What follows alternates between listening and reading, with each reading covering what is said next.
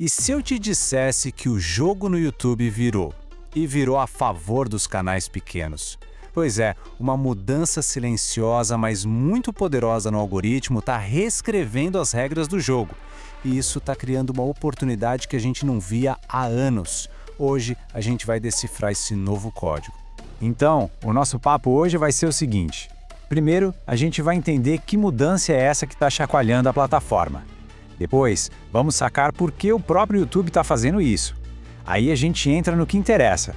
Quais os formatos de vídeo que estão bombando agora? E, para fechar com chave de ouro, vamos mergulhar nos dados para desvendar a ciência por trás de um clique que viraliza. Ok, vamos direto ao ponto. Para começar, vamos falar de uma frustração que quase todo criador pequeno sente, né? Aquela sensação de estar remando contra a maré, lutando com um sistema que parece que só favorece os gigantes. Mas e se essa realidade estiver de fato mudando agora mesmo? Essa é a pergunta que tira o sono de muita gente. Pensa só, num oceano com tanto conteúdo, como é que um canal com algumas centenas de inscritos pode sonhar em ser notado? Parece uma batalha perdida antes mesmo de começar, não é verdade? E a resposta, por mais incrível que pareça, é: não, não é impossível. Essa frase aí de um criador resume perfeitamente o que está acontecendo. Nos últimos meses, uma coisa que parecia impensável começou a rolar. Canais minúsculos, com 300, talvez 400 inscritos, estão sendo jogados lá na página inicial, disputando atenção de igual para igual com os gigantes. E pode tirar da cabeça que isso é sorte ou um bug no sistema. Não é.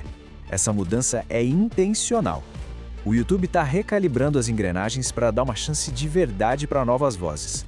É uma virada de chave que está nivelando o campo de jogo de um jeito que, sinceramente, a gente não via há muito tempo. Mas por quê? Por que o YouTube faria isso agora? A resposta, como quase sempre, está no modelo de negócio e na guerra pela nossa atenção. E é exatamente isso que a gente vai ver agora. Antigamente, o YouTube vivia bem tranquilo, se apoiando nos seus criadores mais famosos. Só que o mundo mudou. Hoje, a briga não é só com outros YouTubers. A briga é com a Netflix, com o TikTok, com os games, com tudo. A atenção das pessoas virou o bem mais valioso do mundo. E para ganhar essa briga, o YouTube precisa de uma coisa: novidade. O tempo todo. A lógica por trás disso é bem simples, na verdade. É um ciclo que se alimenta. Se o YouTube promove novos talentos, mais gente se anima a criar conteúdo. Isso gera mais vídeos, mais diversos e com mais qualidade. Com mais coisa boa para ver, o público fica mais tempo na plataforma. E mais tempo assistindo significa mais anúncios, o que gera mais grana para todo mundo. É um ecossistema onde todo mundo sai ganhando. Beleza? Então a gente já entendeu a oportunidade e o porquê dela existir. Agora vem a pergunta de $1 milhão. Que tipo de conteúdo eu devo criar para aproveitar essa onda? A análise mostra dois formatos que estão se destacando de um jeito absurdo. O primeiro formato que está explodindo é o de autoajuda e filosofia. Sabe aqueles vídeos com uma pegada mais crua, mais direta? Quase como um podcast, só que com uma imagem de fundo, onde a mensagem é a grande estrela. O segundo é o de conhecimento geral. Conteúdos que ensinam alguma coisa prática, universal, tipo dicas de comunicação ou como se dar bem numa entrevista de emprego. É útil, é direto ao ponto e por isso funciona muito bem. Agora a gente chega no filé mignon da nossa conversa, porque criar o conteúdo certo é só metade do caminho. A outra metade, talvez a mais difícil, é fazer as pessoas clicarem. E para entender isso, a gente não vai no achismo, a gente vai nos dados. E que dados? Grave esse número: 93.421. Essa foi a quantidade de vídeos dos maiores criadores do mundo que foram analisados para entender o que faz um vídeo ser clicado. Isso aqui não é opinião, é ciência de dados pura e aplicada. O primeiro contato de qualquer pessoa com o seu vídeo é a thumbnail, a miniatura. Ela é a vitrine, o outdoor do seu vídeo. É o que faz alguém parar de rolar a tela e pensar: opa, o que é isso aqui? O que será que os dados dizem sobre como criar uma thumb que seja impossível de ignorar? E aqui já vem a primeira grande surpresa, que quebra um mito.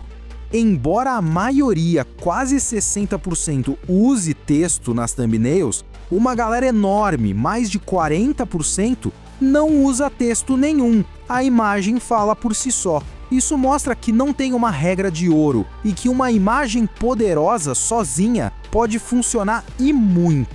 Mas para quem decide usar texto, a regra é claríssima. Menos é muito mais.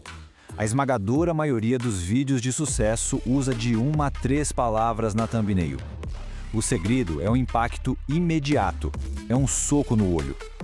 Pensa que a maioria está vendo isso na telinha do celular, então tem que ser rápido e direto. E que tipo de palavra funciona melhor? Os dados mostram uma preferência gigantesca pela linguagem neutra. Palavras que descrevem uma situação, sabe? Tipo o colapso ou a verdade sobre. Elas ganham de lavadas de palavras com um ponto de vista pessoal, como eu descobri. Parece que a neutralidade tem um apelo mais universal, mais curioso. Para fechar a parte da thumbnail, aqui está uma espécie de receita de bolo. A paleta de cores que mais aparece mistura tons escuros com pontos de luz quentes, tipo vermelho e laranja, para criar um contraste forte. A presença de um rosto humano é quase uma regra, aparecendo em mais de 91% das vezes. E a legibilidade é rainha, a mensagem tem que ser captada num piscar de olhos. A thumb fisga o olhar, certo? Mas é o título que convence, que dá um empurrão final para o clique. A thumbnail e o título trabalham juntos, em dupla. E os dados também mostram a anatomia de um título campeão. Aqui a gente tem o verdadeiro mapa do tesouro. O tamanho ideal de um título fica entre 6 e 8 palavras, com mais ou menos 42 caracteres. A voz do título, ativa ou neutra, focada na ação ou na descrição do que acontece.